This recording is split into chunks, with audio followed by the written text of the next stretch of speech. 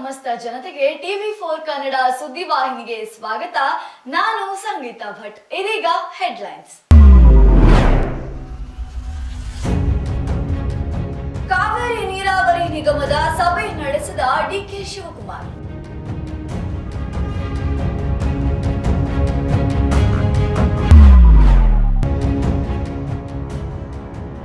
ಸಂಸದರಿಂದಲೂ ರಾಜ್ಯ ಸರ್ಕಾರದ ವಿರುದ್ಧ ಪ್ರತಿಭಟನೆ.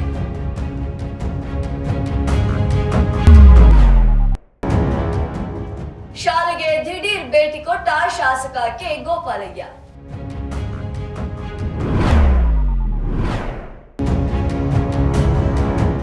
ಪಾಕಿಸ್ತಾನಕ್ಕೆ ಎಚ್ಚರಿಕೆ ನೀಡಿದ ಪ್ರಧಾನಿ ನರೇಂದ್ರ ಮೋದಿ.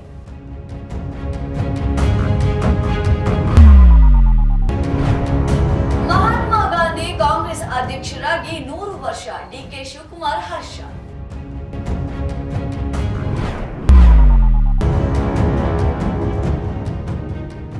ವೀಲಿಂಗ್ ಮಾಡ್ತಾನೆ ಚಲಿಸುತ್ತಿರುವ ಕಾರಿಗೆ ಒದ್ದು ಧಮಕಿ ಹಾಕಿದ ಯುವಕ.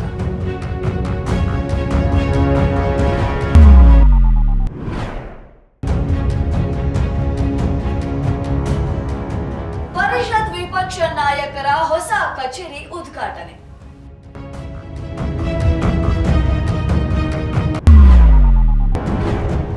ವಿಶ್ವದ ಅತಿ ಎತ್ತರದ ಸುರಂಗ ನಿರ್ಮಾಣಕ್ಕೆ ಚಾಲನೆ ನೀಡಿದ್ದ ಮೋದಿ.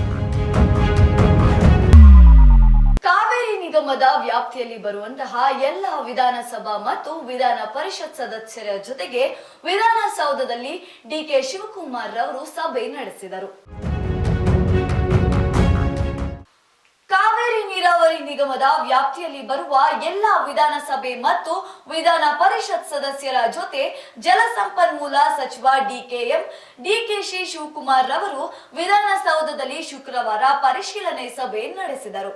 ಸಚಿವ ಚಲುವರಾಯಸ್ವಾಮಿ, ಮಾಜಿ ಸಚಿವ ನರೇಂದ್ರ ಸ್ವಾಮಿ, ಗುಬ್ಬಿ ಶ್ರೀನಿವಾಸ್, ಬಾಲಕೃಷ್ಣ, ಶಿವಲಿಂಗೇಗೌಡ, ಪೊನ್ನಣ್ಣ, ಕದಲೂರು ಉದಯ್, ಜಲಸಂಪನ್ಮೂಲ ಇಲಾಖೆ ಅಧಿಕಾರಿಗಳು, ಕಾವೇರಿ ನೀರಾವರಿ ನಿಗಮದ ಅಧಿಕಾರಿಗಳು ಭಾಗವಹಿಸಿದ್ದರು. ಮೂಡ ಅಕ್ರಮ ವಿಚಾರದಲ್ಲಿ ತಮ್ಮ ಪತ್ನಿಯ ಹೆಸರಲ್ಲಿ ಕೂಡ 14 ಖಾಲಿ ನಿವೇಶನಗಳನ್ನು ಹೊಂದಿರುವಂತಹ ಸಿಎಂ ಸಿದ್ದರಾಮಯ್ಯ ವಿರುದ್ಧ ಇಂದು ಸಂಸದರಿಂದಲೂ ಕೂಡ ಪ್ರತಿಭಟನೆ ನಡೆಯಲಿದೆ. ಮೂಡ ಅಕ್ರಮದಲ್ಲಿ ತಮ್ಮ ಪತ್ನಿ ಹೆಸರಿನಲ್ಲಿ 14 ಖಾಲಿ ನಿವೇಶನೆಯನ್ನು ಪಡೆದಿರುವ ಸಿಎಂ ಸಿದ್ದರಾಮಯ್ಯ ಅವರ ವಿರುದ್ಧ ಬಿಜೆಪಿ ಜೆಡಿಎಸ್ ಸಂಸದರು ಇಂದು ಪ್ರತಿಭಟನೆ ನಡೆಸಿದ್ದಾರೆ. ದೆಹಲಿಯಲ್ಲಿ ಬಜೆಟ್ ಅಧಿವೇಶನ ನಡೆಯುತ್ತಿದ್ದರೂ ಸಿಎಂ ಹಾಗೂ ಸರ್ಕಾರದ ವಿರುದ್ಧ ಸಂಸದರು ಪ್ರತಿಭಟನೆ ನಡೆಸಿದ್ದಾರೆ. ಸಂಸದರಾದ ಬಸವರಾಜ ಬೊಮ್ಮಾಯಿ, ವಿಶ್ವೇಶ್ವರ ಹೆಗಡೆ ಕಾವೇರಿ ಮತ್ತಿತರರು ಉಪಸ್ಥಿತರಿದ್ದರು. ದಲಿತರ ಹಣವನ್ನ ದೋಚುವಂತ ಕಾಂಗ್ರೆಸ್ ಸರ್ಕಾರಕ್ಕೆ, ಮೂಡಾದಲ್ಲಿ ಮುಳುಗಿರುವ ಮುಖ್ಯಮಂತ್ರಿಗಳಿಗೆ, ಮೂಡಾದಲ್ಲಿ ಮುಳುಗಿರುವಂತಹ ಮುಖ್ಯಮಂತ್ರಿಗಳಿಗೆ. ಕರ್ನಾಟಕ ಪಬ್ಲಿಕ್ ಶಾಲೆಗೆ ಕೆ ಗೋಪಾಲಯ್ಯ ರವರು ದಿಢೀರ್ ಭೇಟಿ ಕೊಟ್ಟು ಪರಿಶೀಲನೆ ನಡೆಸಿದ್ದಾರೆ. ಮಹಾಲಕ್ಷ್ಮಿ ಲೇಔಟ್ ವಿಧಾನಸಭಾ ಕ್ಷೇತ್ರದ ಕೃಷ್ಣಾನಂದ ನಗರದ ಕರ್ನಾಟಕ ಪಬ್ಲಿಕ್ ಶಾಲೆಗೆ ಸ್ಥಳೀಯ ಶಾಸಕ ಕೆ ಗೋಪಾಲಯ್ಯ ನಿನ್ನೆ ಭೇಟಿ ನೀಡಿ ಪರಿಶೀಲನೆ ನಡೆಸಿದರು. ಶಾಲೆಯ ವಿದ್ಯಾರ್ಥಿಗಳ ಜೊತೆ ಸಮಾಲೋಚನೆ ನಡೆಸಿ ಶಿಕ್ಷಕರು ಮಕ್ಕಳಿಗೆ ಪಾಠ ಮಾಡುವುದನ್ನು ಹಾಗೂ ಮಕ್ಕಳು ಕಂಪ್ಯೂಟರ್ ಉಪಯೋಗಿಸುವುದನ್ನು ವೀಕ್ಷಿಸಿದರು. ಈ ಸಂದರ್ಭದಲ್ಲಿ ಮಾಜಿ ಶಾಸಕ ನರೇಂದ್ರ ಬಾಬು, ವಾರ್ಡ್ ಅಧ್ಯಕ್ಷರಾದ ನಾಗೇಂದ್ರ, ಪುಟ್ಟಣ್ಣ ಹಾಗೂ ಸ್ಥಳೀಯ ಮುಖಂಡರು ಉಪಸ್ಥಿತರಿದ್ದರು. ನಿನ್ನೆ ಕಾರ್ಗಿಲ್ ವಿಜಯ ದಿವಸ. ಈ ದಿನದಂದು ಮಾತನಾಡಿದಂತಹ ಪ್ರಧಾನಿ ನರೇಂದ್ರ ಮೋದಿ ಅವರು ಈ ಹಿಂದೆ ಪಾಕಿಸ್ತಾನ ತಪ್ಪುಗಳನ್ನ ಮಾಡಿದೆ, ಯಾವುದು ಫಲಿಸಿಲ್ಲ. ಇನ್ನು ಮುಂದೆ ಇದೇ ರೀತಿ ತಪ್ಪುಗಳಾದರೆ ನಾವು ಸುಮ್ಮನಿರಲ್ಲ ಎಂದು ಎಚ್ಚರಿಕೆ ನೀಡಿದ್ದಾರೆ. ಪಾಕಿಸ್ತಾನಕ್ಕೆ ಪ್ರಧಾನಿ ಮೋದಿ ಎಚ್ಚರಿಕೆ ನೀಡಿದ್ದಾರೆ. ನಿನ್ನೆ 25ನೇ ಕಾರ್ಗಿಲ್ ವಿಜಯ ದಿವಸ ನಿಮಿತ್ತ ದ್ರಾಸ್ ವಲಯದಲ್ಲಿ ನಡೆದ ಕಾರ್ಯಕ್ರಮದಲ್ಲಿ ಭಾಗವಹಿಸಿ ಮಾತನಾಡಿದ ಅವರು, ಪಾಕಿಸ್ತಾನವು ಈ ಹಿಂದೆ ಅಪರಾಧಗಳನ್ನು ಮಾಡಿದೆ ಮತ್ತು ಅದರಲ್ಲಿ ವಿಫಲವಾಗಿದೆ ಎಂದರು. ದೇಶವು ಭಯೋತ್ಪಾದನೆ ಮತ್ತು ಶೀತಲ ಸಮರದಿಂದ ಬದುಕುತ್ತಿದೆ ಎಂದು ಟೀಕಿಸಿದರು. ನಮ್ಮ ಸೈನಿಕರು ಭಯೋತ್ಪಾದನೆಯನ್ನು ಸಂಪೂರ್ಣ ಬಲದಿಂದ ಎದುರಿಸುತ್ತಿದ್ದಾರೆ, ಶಕ್ತಿಗಳಿಗೆ ಮತ್ತು ಶತ್ರುಗಳಿಗೆ ದಿಟ್ಟ ಉತ್ತರ ನೀಡುತ್ತಿದ್ದಾರೆ. ಮತ್ತಷ್ಟು ರೋಚಕ ಸುದ್ದಿಗಳನ್ನ ವೀಕ್ಷಿಸೋಣ ಸಣ್ಣದೊಂದು ವಿರಾಮದ ನಂತರ.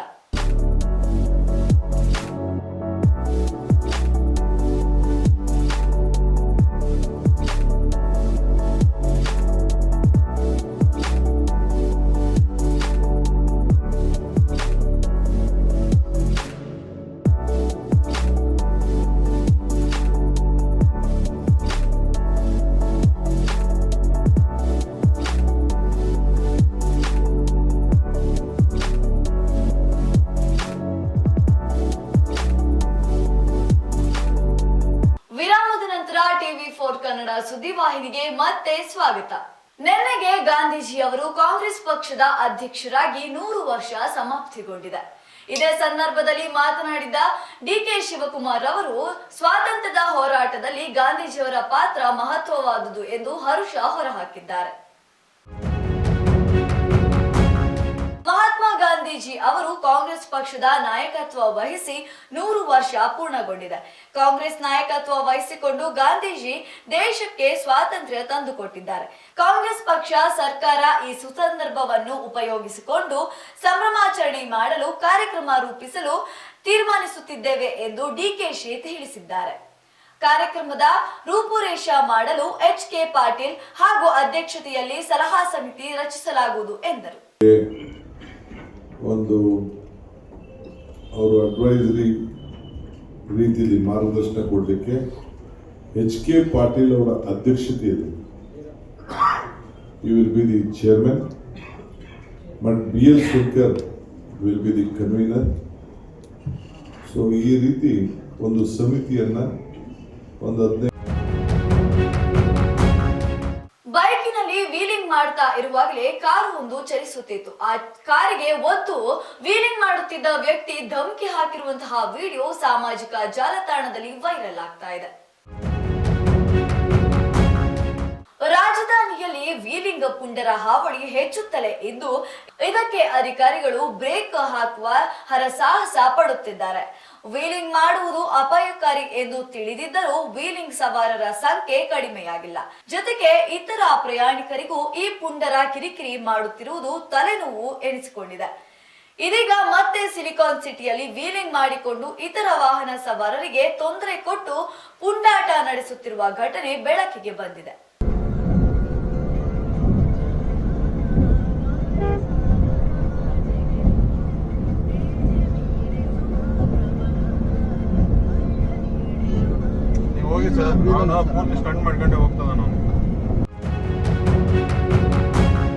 ವಿಧಾನಸೌಧದ ಮೊದಲನೆಯ ಮಹಡಿಯಲ್ಲಿರುವಂತಹ ಛಲವಾದಿ ನಾರಾಯಣ ಸ್ವಾಮಿ ಅವರ ಹೊಸ ಕಚೇರಿ ನಿನ್ನೆ ಉದ್ಘಾಟನೆಯಾಯಿತು. ವಿಧಾನಸೌಧದ ಮೊದಲ ಮಹಡಿಯಲ್ಲಿರುವ ಛಲವಾದಿ ನಾರಾಯಣ ಸ್ವಾಮಿ ಅವರ ನೂತನ ಕೊಠಡಿ ನಿನ್ನೆ ಉದ್ಘಾಟನೆ ಮಾಡಲಾಗಿದೆ. ನೂತನ ಕೊಠಡಿ 155ರಲ್ಲಿ ಕುಟುಂಬ ಸಮೇತರಾಗಿ ಛಲವಾದಿ ನಾರಾಯಣ ಸ್ವಾಮಿ ಪೂಜೆ ಸಲ್ಲಿಸಿದರು. ಕೊಠಡಿ ಪೂಜೆ ವೇಳೆ ಭಾಗಿಯಾಗಿ CT ರವಿ, DS ಅರುಣ್, ಮಾಜಿ ಶಾಸಕ N ಮಹೇಶ್ ಸೇರಿದಂತೆ ಅನೇಕರು ಸದಸ್ಯರು ಉಪಸ್ಥಿತರಿದ್ದರು. ಕಾರ್ಗಿಲ್ ದಿವಸವಾಗಿರುವಂತಹ ನಿನ್ನೆ ಲಡಾಖ್ನಲ್ಲಿರುವಂತಹ ಅತಿ ಉದ್ದವಾದ ಸುರಂಗದ ಉದ್ಘಾಟನೆಯನ್ನು ಪ್ರಧಾನಿ ನರೇಂದ್ರ ಮೋದಿ ಅವರು ಚಾಲನೆ ನೀಡುವ ಮೂಲಕ ಶುಭ ಹಾರೈಸಿದರು. ಕಾರ್ಗಿಲ್ ವಿಜಯ ದಿನವಾದ ನಿನ್ನೆ ಪ್ರಧಾನಿ ನರೇಂದ್ರ ಮೋದಿ ಅವರು ಲಡಾಖ್ನಲ್ಲಿ ವಿಶ್ವದ ಅತಿ ಎತ್ತರವಾದ ಸುರಂಗ ನಿರ್ಮಾಣಕ್ಕೆ ಚಾಲನೆ ನೀಡಿದ್ದಾರೆ. ಮೋದಿ ಅವರು ಅತ್ಯಂತ ಕಾರ್ಯತಂತ್ರದ ಮತ್ತು ಪ್ರಮುಖ ಶಿಂಕುಲ್ಲಾ ಸುರಂಗವನ್ನು ಉದ್ಘಾಟಿಸಿದ್ದು ಇದು ಎಲ್ಲಾ ಋತುಗಳಲ್ಲಿ ಪರ್ಯಾಯ ಸಂಪರ್ಕವನ್ನು ಒದಗಿಸುತ್ತದೆ ಮತ್ತು ಲಡಾಖ್ಗೆ ಪಡೆಗಳ ಕ್ಷಿಪ್ರ ಚಲನೆಯನ್ನು ಸುಗಮಗೊಳಿಸುತ್ತದೆ. ಸಮಾರಂಭದಲ್ಲಿ ರಕ್ಷಣಾ ಸಚಿವ Rajnath Singh, Ladakh lieutenant governor brigadier BD Mishra उपस्थितरिद्ದರು. मंत्री जी, आपके कुशल नेतृत्व में हमारा देश तेजी से प्रगति कर रहा है. आपकी दूरदर्शिता और सशक्त नीतियों ने हमें आत्मनिर्भर भारत की ओर अग्रसर किया है. मैं आपसे निवेदन करती हूं, कि वे इस शुभ अवसर पर अपने बहुमूल्य वचनों से हम सभी का